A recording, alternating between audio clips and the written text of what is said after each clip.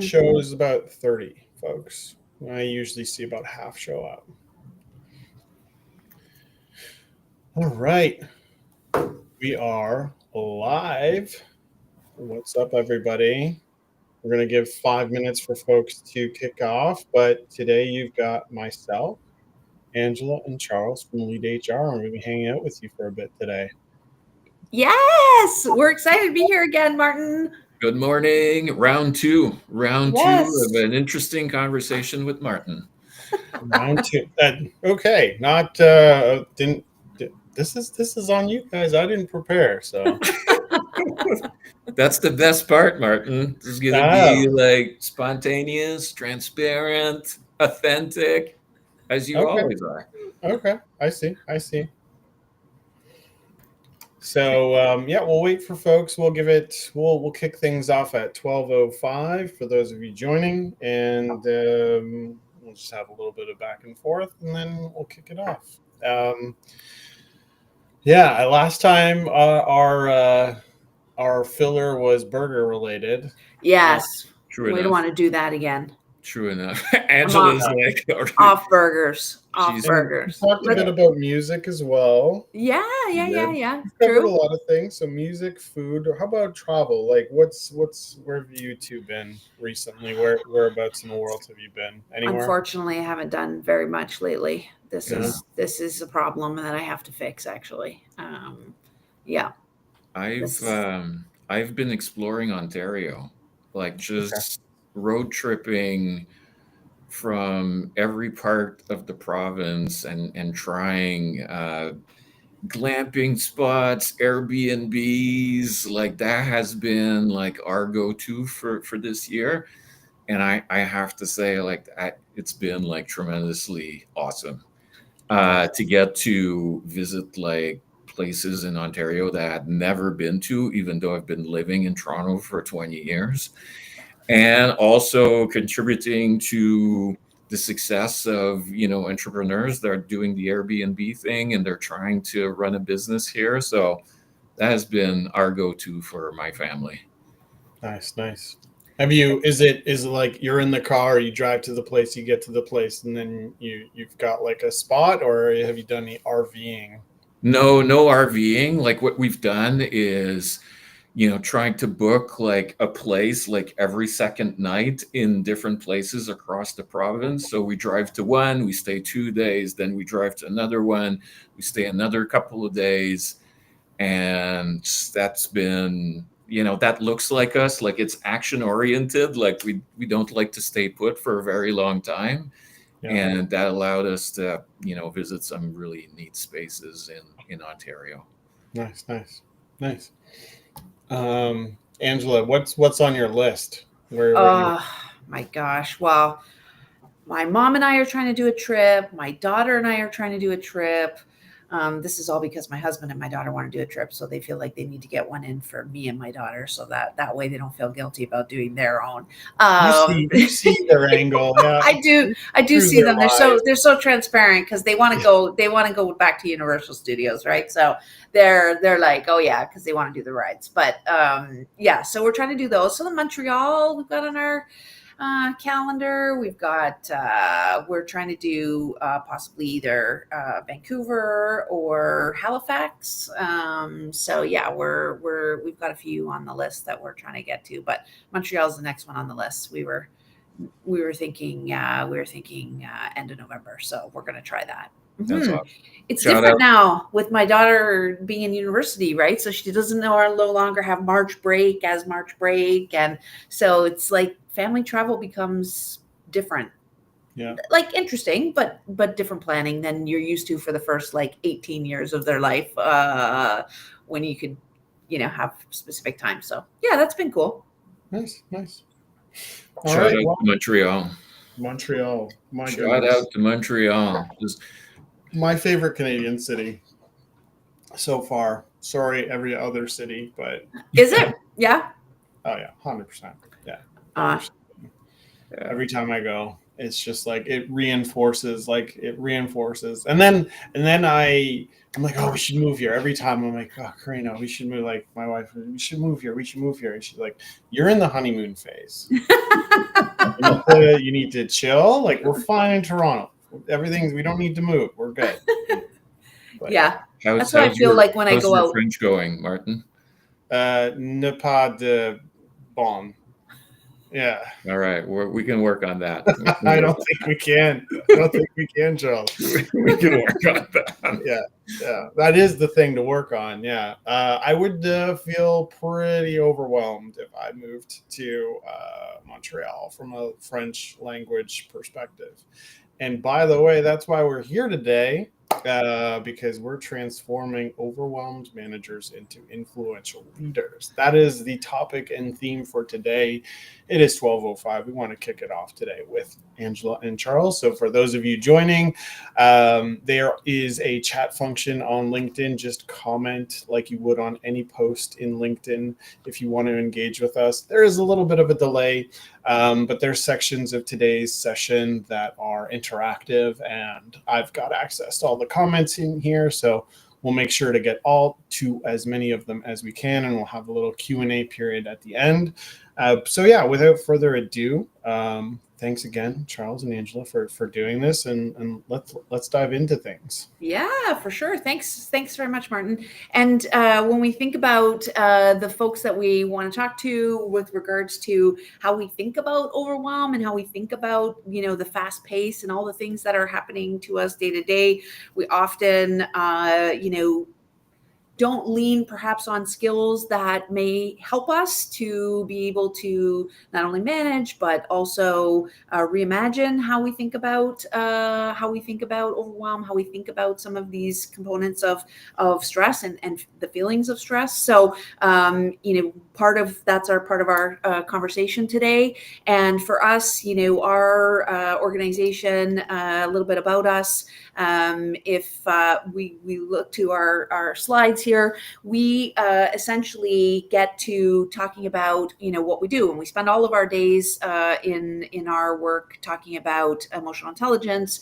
And what we often see or hear is this. And Martin, I'm so curious to maybe get a response from you, but this is like, even when we talk to leaders, it doesn't matter what level, what place in the organization, at some point in our careers, we have maybe gotten this advice, right? Leave your emotions at the door. There's no place, in business for emotions. And super curious if those on the line, if they've heard this before, if you've heard this before. But, Charles and I still hear this, and, we couldn't disagree more, but we'd love to hear what if this has been something you've actually heard too. I haven't heard it, thankfully. Okay.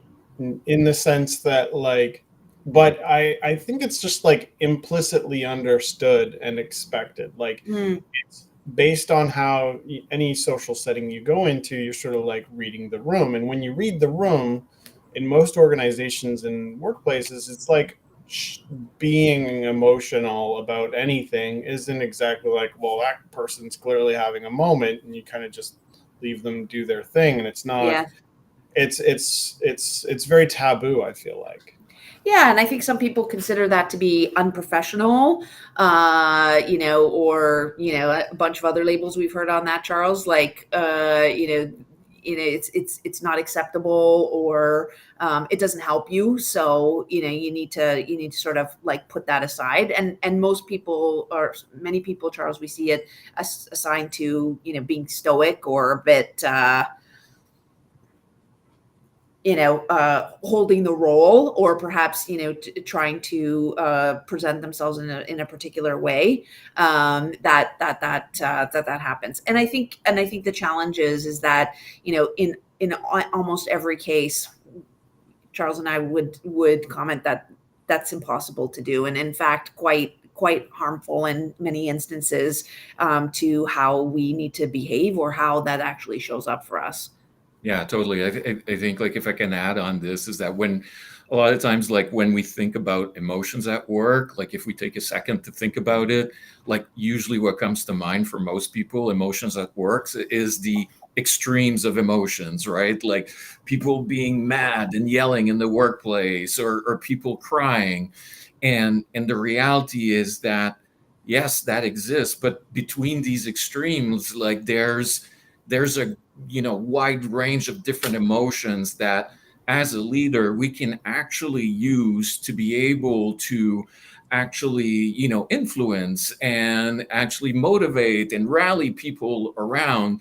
And this is where I think, like, most people will lose the nuances of emotions, where, there's definitely some that you don't want to get to because they're going to be destructive, but there's also a bunch of them that can be used to the greater good of what you're trying to reach in the organization.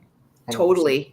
Totally. And to help them, use that those emotions to actually motivate and influence. To your point, the one of the users said exactly, it's implied when not said expressly, more so for HR folks.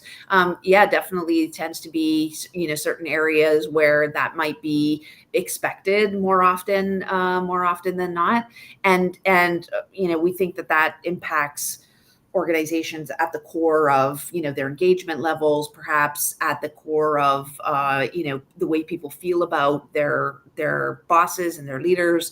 And there's tons of data that shows that, this is definitely a challenge that some of our employees and people that, work with managers want to be able to see it in their leaders. So with that said, a little bit about how we get to this, or why this topic is super important. A little bit about Charles and I. We, this business that we have, and our teams that serve, organizations across the country and across North America, is thinking about combining this idea of how competencies or skills we have in emotional intelligence can actually help lend support to when we're feeling the emotions of stress, when we're feeling overwhelmed, when we're feeling that, we have all this work to do, all this stuff, everybody coming in at you all at the same time, more pressure to deliver, productivity, changing dynamics of work. And this is, not to mention then the fast pace of technology coming at us all at the same time. This can add to the way we're feeling about the way we show up. And we believe that in our own journey of learning about emotional intelligence and our own journey of leadership, it was a way for us to help start to understand our own behavior and how that can impact the way we manage these skills and the way we manage these emotions. And so that's a little bit about what we want to share today, and a little bit about what this conversation's about. As mentioned, Martin, we are trying to do a little bit interactive, so please feel free to comment. And we've got a couple of personal reflections that we want to be able to do with you to help you think about that. In order to sort of get us started at the ground level of that, we just want to give everybody, we have varying versions of how we see or think about emotional intelligence, but we want to just ground that in the definition of emotional intelligence.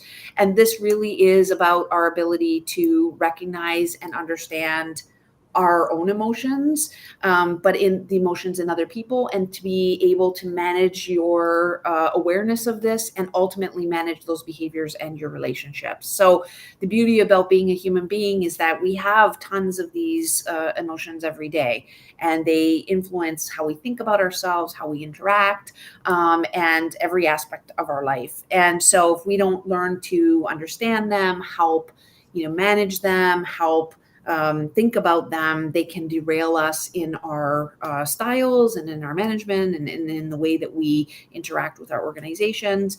And so, without it, it becomes very, very difficult to do. So the model that we use and the model that we think about at LeedHR, which is a Canadian model, it's built by Multi Health Systems, MHS.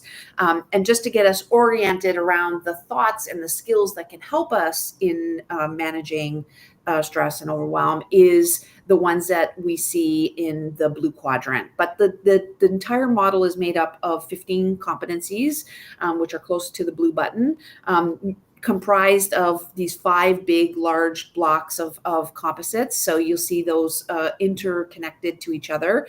And all of this tells us, tons of data tells us that these are all strongly linked to leadership performance, our overall social and emotional well-being, which is all tied to the way that we think about, manage, and process stress and how we show up, when we apply it to the workplace.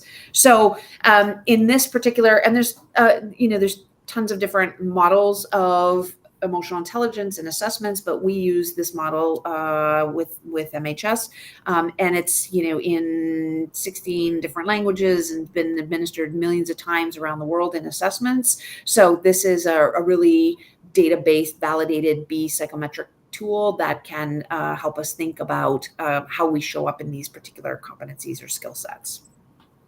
Okay, and to help us translate this for you into why it matters and why it can either help you or derail you, I want to just walk you through this really simple diagram for us. So this is the visual representation of what it looks like. So what this tells us is that how you feel about something. So if you're feeling stressed, and you can become highly irritated, how you feel impacts how you behave. And when we think about how we behave, that absolutely impacts the results we get. And those results, positively or negatively, or better for worse, will impact what you think about yourself and what you think about other people. Right? So how those results show up will then put a lens on how you think about yourself and how you think about others, and then takes you right back through the cycle again, because that will impact how you feel. So let's use an emotion of being stressed, right? So if you become easily irritated, or snapping at people or reacting harshly, that you feeling that stress will give you behaviors of snapping, giving short-tempered, interrupting other people, maybe expressing or becoming argumentative, which will lead to a result perhaps of you not getting what you necessarily need, right? People shutting you out, maybe people not coming to you, maybe not, damaging relationships you have. And then ultimately what you think about yourself and other people in that regard will impact the way you think about either them or yourself about that, not positively or happy or satisfied with that. Conversely, you might see somebody who is a less version of that. So if you have experienced leaders who are this overexerted version that I just explained to you, which was maybe somebody that snaps or maybe somebody that outwardly shows that, the alternate version to that is someone who hides, right? You maybe seen a leader that's feeling overwhelmed or stress that basically withdraws, becomes passive, avoids decision making. And this also shows up in how they behave and ultimately then the results they get from the team and then how they feel about that and how that interacts with them. Makes sense? Martin, I see you sort of thinking about that.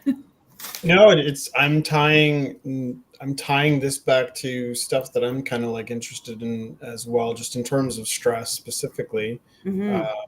Go figure, entrepreneurship can be stressful. So I'm experiencing it and I'm diving into it myself. So I'm probably taking more from it, but more in terms of like the, fight, flight, Yes. freeze, fawn, Yes. those sort of like 4Fs sort of thing. I'm like, oh, this ties into that. If not, it's inspired by it. And yeah, for sure.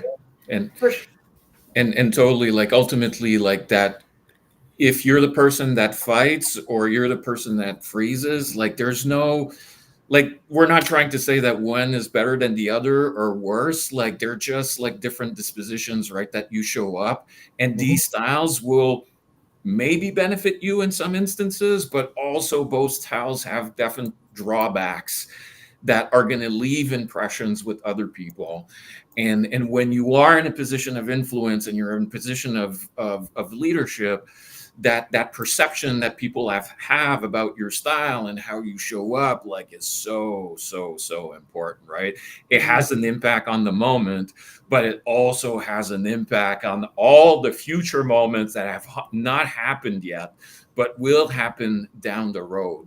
So therefore, like, getting an understanding of, okay, what are the emotions that I get when I'm feeling under pressure, when I'm feeling stress, can help you game plan and strategize around what you need to be mindful of, not to fall into the traps of things that are not going to be ultimately beneficial for you, for your leadership, for the way that you lead your team, like so on and so forth.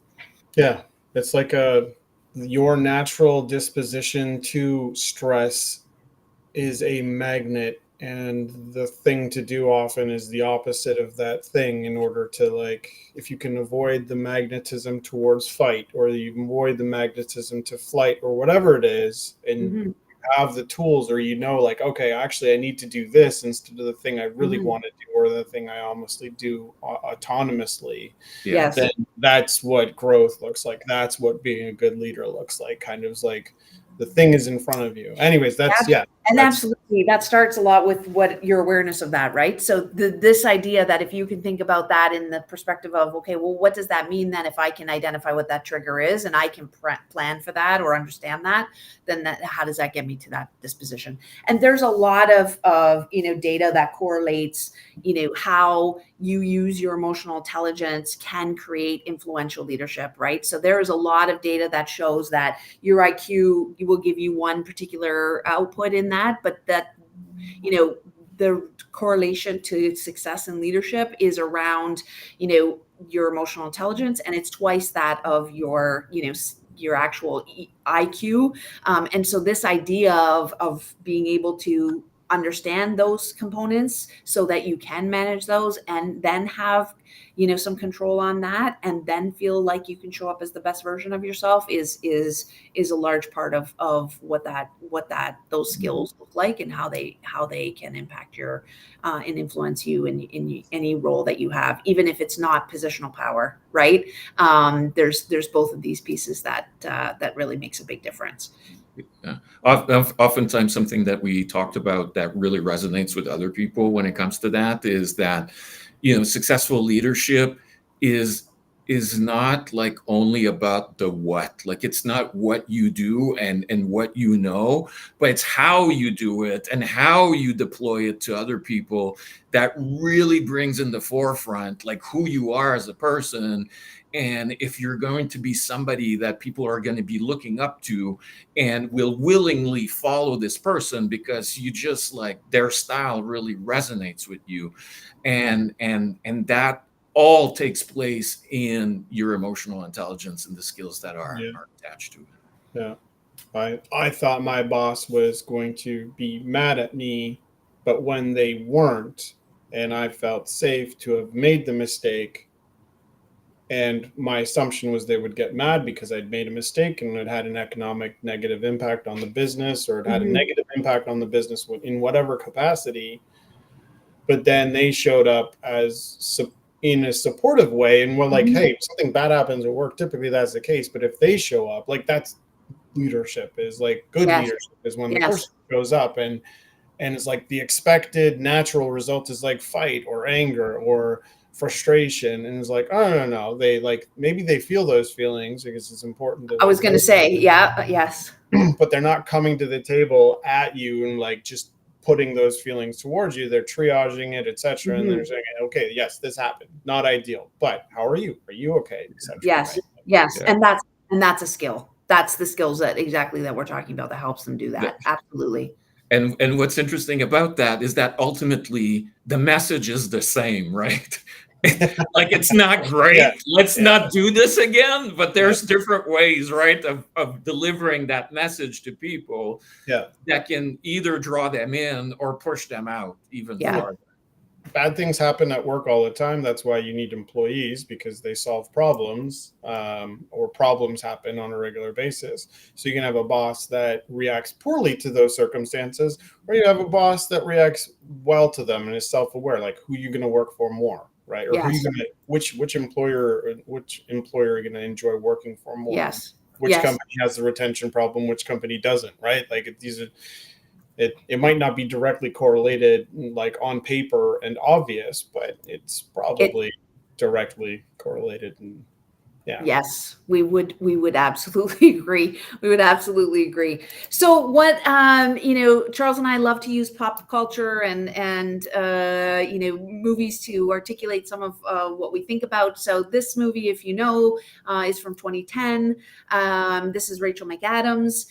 We want to focus on her and her reaction. The clip is a few minutes long, but let's look at her, watch her, and I want you to think about what comes to mind when you see this. Perhaps what signs of stress did you notice in Rachel McAdams' character, and then we can come back and chat about it. But it's a few minutes long. We'll watch it and come back. Be there for your team with employee benefits, savings, and retirement plans from Canada Life. Brought to you by Canada Life. Yeah, exactly. I'll skip that. 10 more seconds. Yeah. Or 1 more second. Hi everyone. Hi, I'm Becky. Hi. Good morning. Oh God, look who's here. I mean, not here. McVee, so shocking, huh? Yeah, well, Mr. McVee doesn't always come to these things. Oh, could you tell Paul that we need him, please? Thanks. Okay, so let's just dive in, shall we? Who wants to start?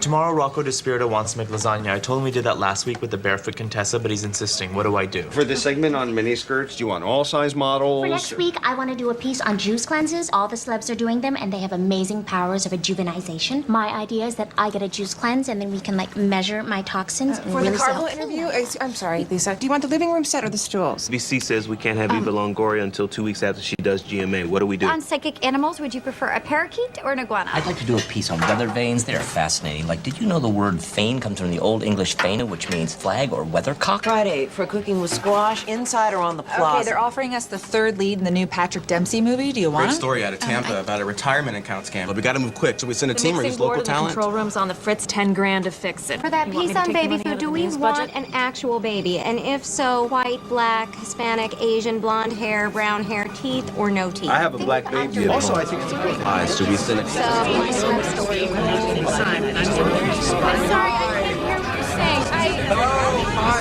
Hi. Someone want to tell me why I had to log up banginggrannies.com for this?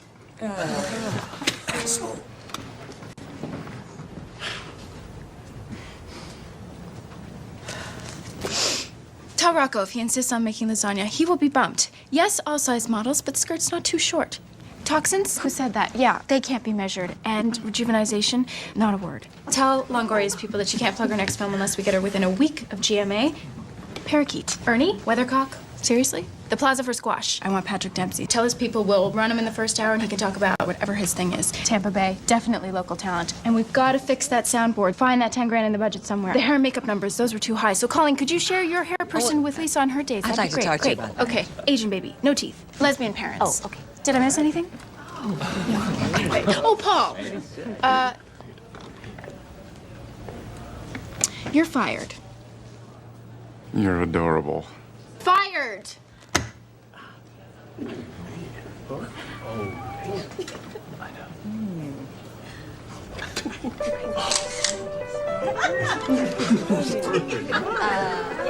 I'm sorry, that was unprofessional. Okay. Well, when we think about this, what comes to mind for you? I saw you chuckling there, Martin, and a few things, right? I mean, we can relate to this. We have been in a similar situation where we are like people coming at us from all angles. What was your sense of that? I mean, great movie, scene, etc. But in my mind, yeah, that would be great to be able to just raffle off all those things. Probably not the normal reaction to that instance, at least not for me. Would love to be able to have a savant level of comprehension and ability to hear people talking over each other. But what did you see in Becky's body language, the signs of stress that she was showing there? I mean, you could see her kind of shuffling around, normal, clear signs of not distress, but clear signs of overwhelm. Oh my god, yeah, hands on the head, kind of Okay, like putting up defensive postures without saying like, no, please stop because you're at the workplace and you want to do well, kind of deal, right? Yeah. And there's a moment that she regains her composure, right? I don't know if you noticed that or not. But breath. When yeah, exactly, right? When she like literally like stops and she's like, and takes that big inhale through her nose there, and that's the way she sort of regains her composure. And I would say to you and for all of our HR folks on the phone, I'm sure Charles, they might have noticed the end, her stress behavior where she slams her hand on the table and fires the guy straight away at the in front of all the people. Would that be a great a great way to handle her stress? Might have she handled that differently? Yeah, and I think like what we like about this is really the true representation of how stress can affect you when you're in a position of influence in front of a team, and that your ability to sustain that pressure can allow you to not fall prey of the consequences of sometimes being stressed out. And that for us like is a direct link with one of the 15 competencies that we were looking at from the emotional intelligence model that we showed a few slides ago. And that's where we want to zero in today on the competency of stress tolerance, which in emotional intelligence is your ability to be able to do your work even though you may be feeling overwhelmed or stressed out. It allows you to stay, quote unquote, in control, calm, cool, collected, and being able to use actions that is going to allow you to step forward through the difficult situation that you're trying to navigate. And that skill you bring to work like every day. Like every day you go in that work on Monday morning and you look at all the deadlines that you have, all the meetings that you have to attend. Like what allows you to not lose it is actually your stress tolerance and your ability to, think about, hey, whatever's going to happen this week, I'm going to figure it out. I'm going to take one step at a time and I'm going to make it to the finish line. And that talks directly about how you can handle that stress. So with that being said, like that brings us to kind of the first little reflection activity that we wanted to invite people to think about on their side as we're going through this material today. And we want to give an opportunity to people to think about their stress and how they live it. And a good way to start thinking about that is actually trying to figure out, like for you personally, what are maybe the negative aspects that your stress brings to you?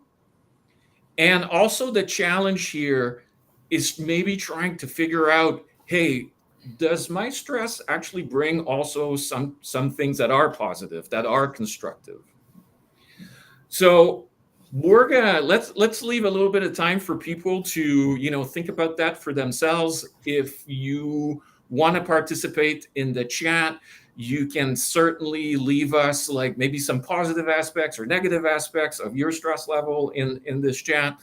And us, the three of us, can certainly maybe share on some of the things that we go through personally when we are stressed out. But maybe Angela, if you want to kick it off, like what, is there something negative that comes to mind for you when you're stressed out, like the negative impact?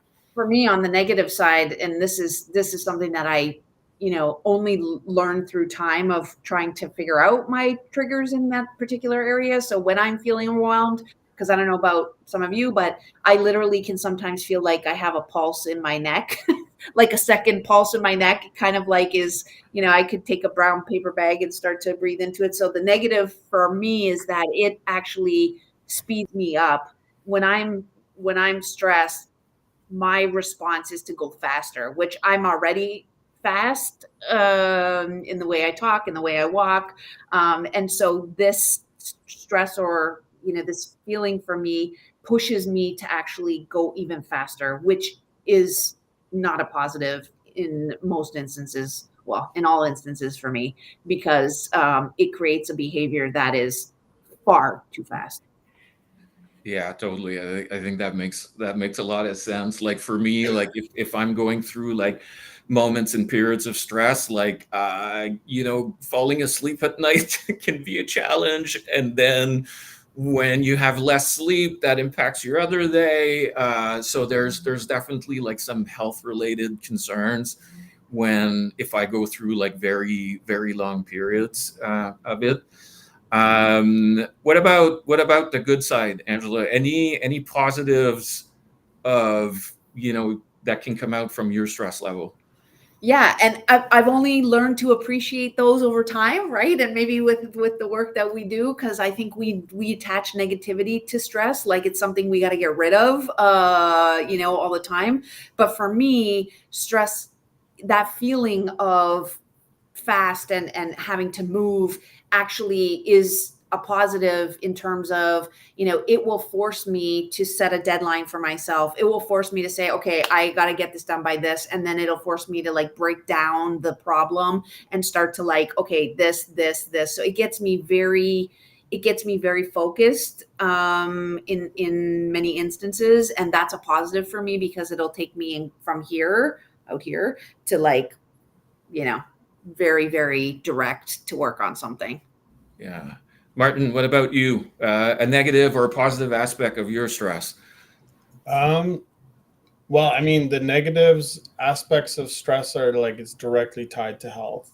Like pretty seriously for myself over the last like year and a half. Not to get too deep or anything like that, but like it's my stress levels have put me in the hospital a couple times in the last like 18 months. And I didn't realize it at the time. It was just happening. I'm like, oh, this is intense. But I've been reading this, like obviously very interested in like solving for that because that's not a great thing. But I've been reading a lot of stuff about this, and the thing that stood out for me was a book called The Upside of Stress. By Kelly McGonigal. And it's like the good thing about stress is that actually I see stress as a positive now, which is like there's things that aren't good and toxic, for example. That doesn't mean like, oh, that's great, I should just immerse myself in that experience more often because it's good for me. No, but it's more in like the way I'm physically feeling, the way I'm mentally feeling. My body's doing all the right things to take care of me. It's just how I respond is the difference. So now when I see like, oh, my blood pressure is elevated right now, I was like, well, that's good because my body knows that I feel like I mentally need to be on right now and I need to be like queued up to do this thing. Well, does that thing make sense to be that stressed about? And then so now there's this like aspect of self-reflection. So I mean, oh my gosh, Martin. Yay! Martin, all around, my friend. All around. It's been a journey. I mean, it's totally a journey. Yeah. But it's kind of fascinating that like, I mean, to a certain degree, like I didn't really have a choice to not look at it more intensely, but the more and more I looked at it, it was actually interesting. And maybe people can relate to this. I don't want to go too much longer on it, but it's like, there wasn't really any good reason. The thing I'm dealing with high blood pressure, right? I'm 40 years old. It's a little bit early for that to be happening for me. What happened was actually like my business partner noticed that like any time leading up to a big event in the business, like 24, 48 hours, I would be like, my levels would be through the roof, like in insane amounts. But like, I actually enjoy these things. Like I enjoy going to like a conference and doing a presentation, but my mind is just like fixated on like all these negative aspects. If it goes wrong, things that haven't even happened yet. Now that I can like look at those things in a different capacity, like it doesn't happen anymore. Like, don't get me wrong, it's still something I'm like figuring out, but like it's a night and day difference now that I look at it differently. And like the same can be applied, I imagine, to like how you show up at work as a leader. If you just start looking at instances with a different lens and you have a different level of self-awareness. Totally. Yeah, totally. And thanks for sharing that, Martin. Yeah, And no, I think that resonates, actually resonates a lot with me as well. And it's a little bit like the intention of this exercise, and what actually that book says is that to start handling our overwhelmingness, in order to help us manage like our stress level and how overwhelmed we feel. Changing our relationship on how we view stress is always like a great first step forward, and realizing that stress is not always bad is a great way of getting there. And that there's what is destructive about stress is that when it goes on for too long and it's unmanaged, and that's how at some point it affects our ability to perform. It affects our ability to show up for other people. But within itself, a little bit of stress can go a long way to help us go from inactive to actually productive and being more creative and pushing the envelope on what we want to become and what's important for you. And I think that if we don't feel a little bit about that stress, I'm not sure if as human beings we would develop that much if we were always like super laid back and everything was always like super good and easy. Right. So what you see on the slide here is really the relationship between stress and performance, how some stress gets us to get up and do things and perform. But there's a ceiling that you need to be aware of, which is different for everybody, that at some point after being fatigued, like you can get to exhaustion, you can get to burnout, you can break down. And obviously that's not where you want to be. But that awareness of what is it for you, like where is that line between fatigued and exhausted, are a great areas of reflection for you to identify, to see like what makes sense for you there. Yeah, I'm really wanting to stay in that section, right, Charles? Like, Yeah. not to spend too much time in one area or the other, but flexing back and forth. But the awareness of that and being able to even gauge that, similar to your conversation, Martin, is a really great start to understanding that process. Yeah. And if you're looking at this right now and you're thinking, oh my God, I'm in the orange, I'm in the red, like, don't forget, like there's tons of people around you that can help you, right? If you're feeling this situation, if you're working for an organization that has an EAP program, there's always a hotline that you can reach to. They have tons of resources for you to help you out there. Have a family doctor, family members, like there's people that can definitely help us out when we're not feeling at our best. And it's super important to remember that, it's okay to reach out and ask for help in those moments. I think another kind of activity that we like to do when we work with leaders and organizations is to try to help, provide them tools so they can measure and they can realize how much stress they have or how little stress that they have at the same time. So what we've prepared here, and again, like we're not going to really, discuss this together, but I want to give you an opportunity to look at what are the physical symptoms of stress and also what are the psychological symptoms of stress. So what you're gonna see in the next two slides are a bunch of different symptoms that can come out from your stress level. And what we want to give yourself the ability to do is actually note down like the symptoms that you think you've had in the last month. And I'm going to give you a heads up. There's a lot. And just go through them one at a time and pick and choose what you feel you're going through. And then we'll wrap this up afterwards. So let's start with the physical symptoms. And I'm not going to read them out loud. I'm going to let everybody like take a look. But all of these symptoms could be derivative of the amount of stress that you have. So go through, write down the ones that make sense in your life. I mean, definitely for me, like I was saying earlier on, like sleeping poorly, insomnia, definitely part of my symptoms when I'm going through a lot of stress. Muscle cramps, like that's part of my day-to-day life. And the benefit from me of understanding these symptoms and that they are related to my stress level is that when I do get the symptoms, I understand that that's a stress response, right? This is my body telling me, hey, you need to be aware of this emotion of stress that you have right now, and you need to start thinking about maybe scaling it back or going to, healthy practices that can help you reduce your stress. So we're going to go, so this is physical symptoms. Same exercise around psychological symptoms.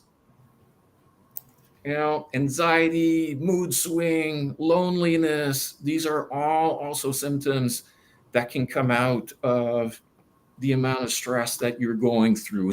And most specifically, if you're in that yellow to orange section that we were looking at a little bit early on, like these are the spaces where you can start seeing some of these symptoms show up. Difficulty concentrating is definitely one for me, like when I'm going through stress and when there's a lot of competing priorities. Sometimes it's a little bit more difficult to be able to pinpoint, like, what's more priority than something else.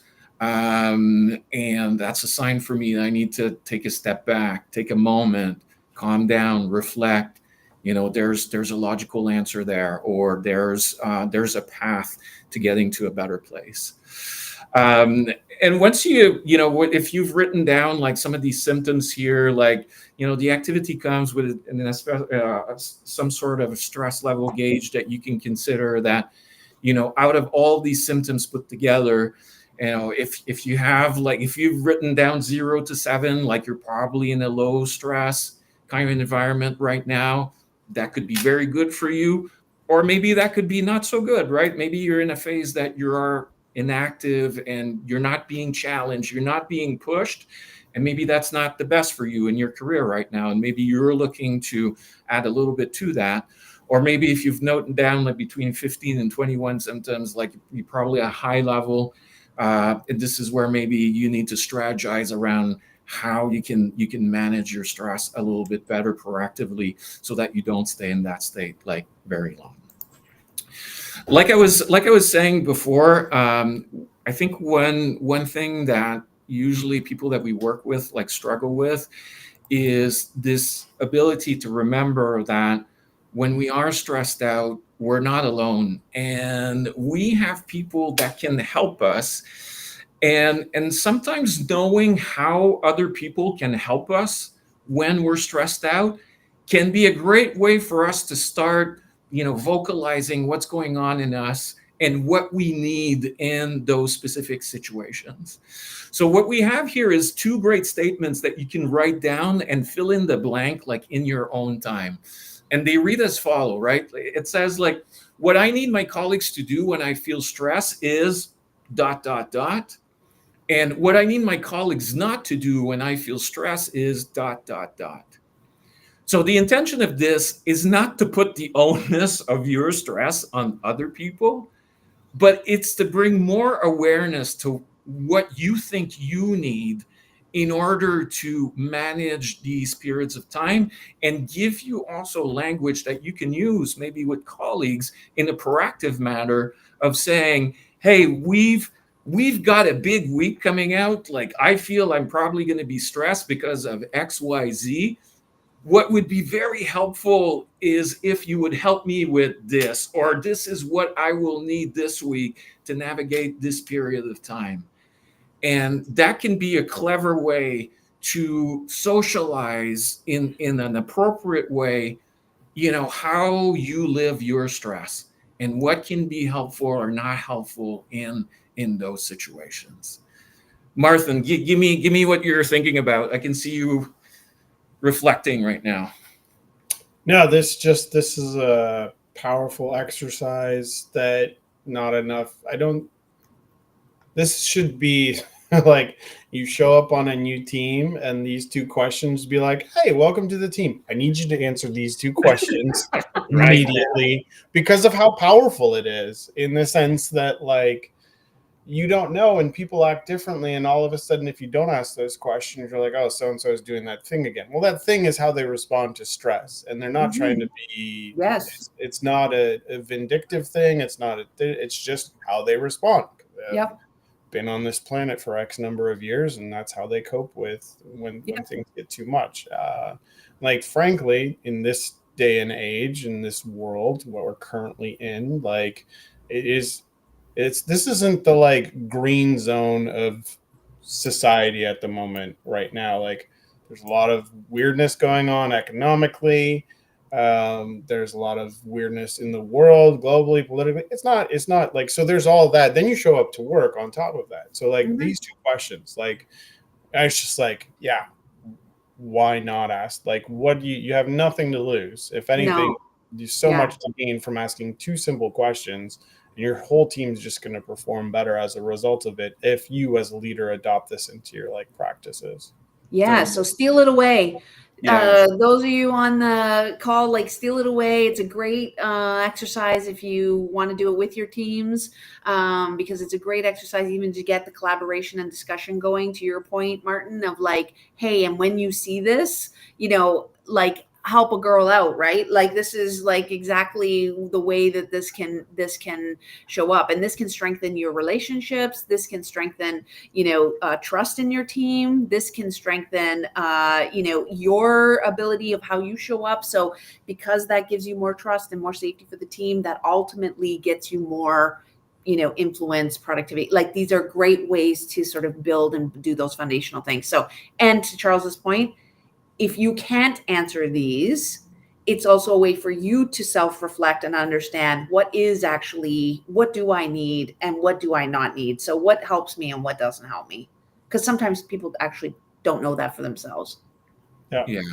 And people are usually ready to help, but they can't make it up, right? Like, the more you can help them understand you, then I think that instinctually, like, most people want to help other people, but we can't read minds, and being able to articulate this for other people can be, it can be kind of life-changing in the dynamic of a relationship.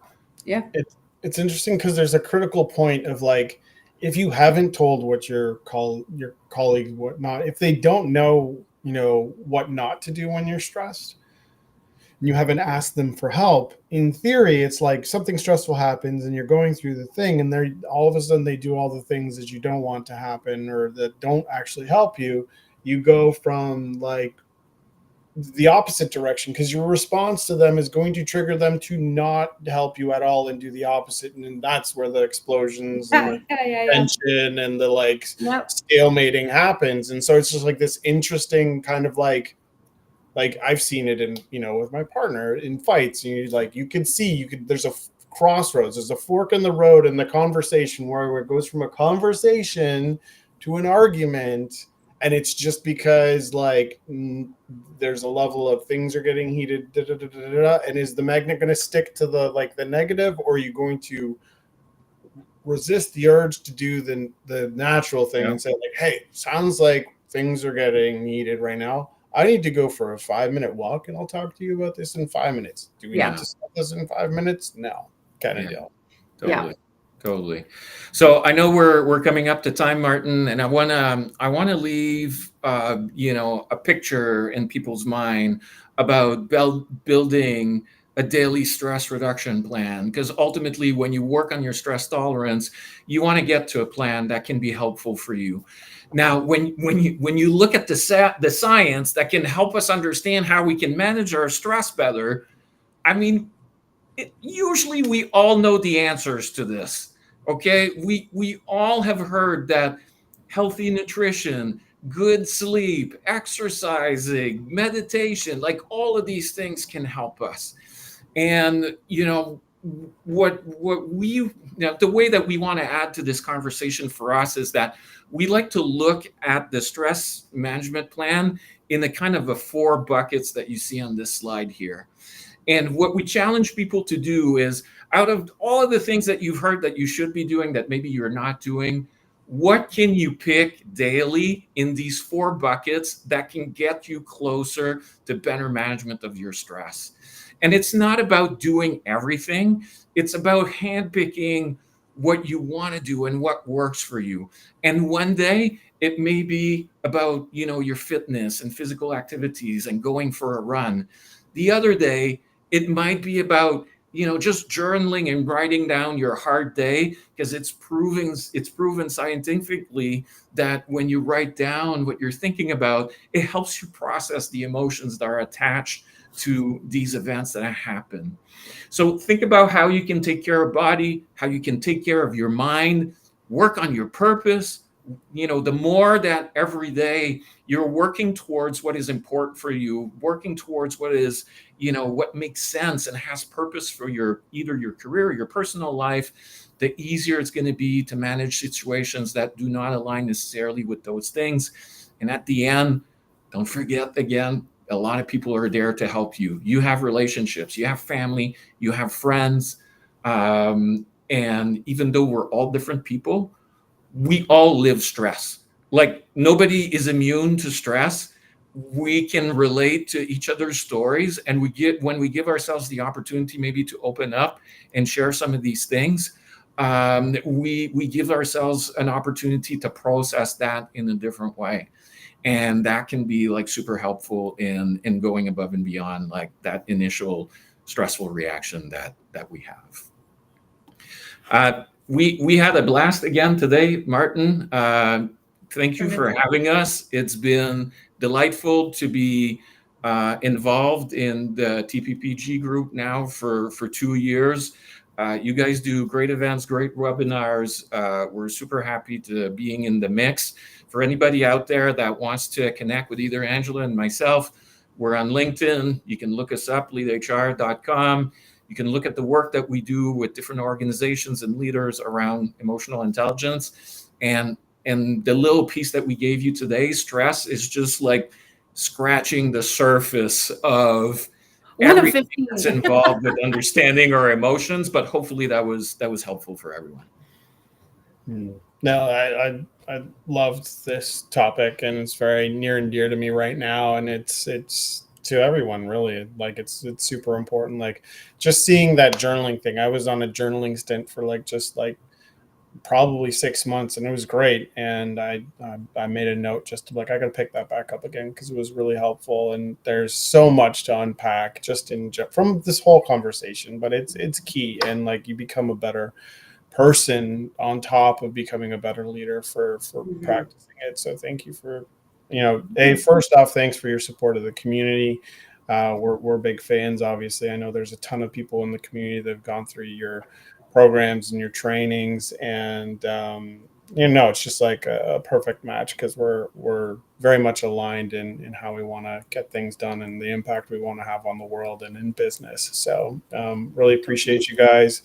And for the folks, I don't know if you've got a couple seconds or a couple minutes for questions here, but if anybody, feel free to throw it into the comments if you've got a question. We got time for a couple, but ultimately, make sure to find Charles and Angela if you've got other questions about anything that we talked about today. Thanks so much for everyone showing up. Appreciate it. Yeah, thank you. Thanks all. And I hope you have a great afternoon. Yeah. Stress-free. Well, not stress-free. Stress managed. Well, stress managed. Yes. Stress is good. Stress. If stress-free is the goal, I feel like this is why we get so hard on ourselves, right? Because that would never be the answer to the question. I think that's my reframe that I've done about that. It's like the goal is not stress-free. The goal is stress managed. Yeah. That's I was doing so well. 59 minutes of just high quality facilitation, and I just flubbed it at the end. You're all good. You still get an A+, Martin. You still get an A+. Oh, well, better luck next time, right? There you go. Cool. Awesome. Thanks so much, Charles, Angela. And always a pleasure. Feel free to reach out to them on LinkedIn or connect with them within the People group. Cheers. Yeah. Thanks, everyone. Thanks.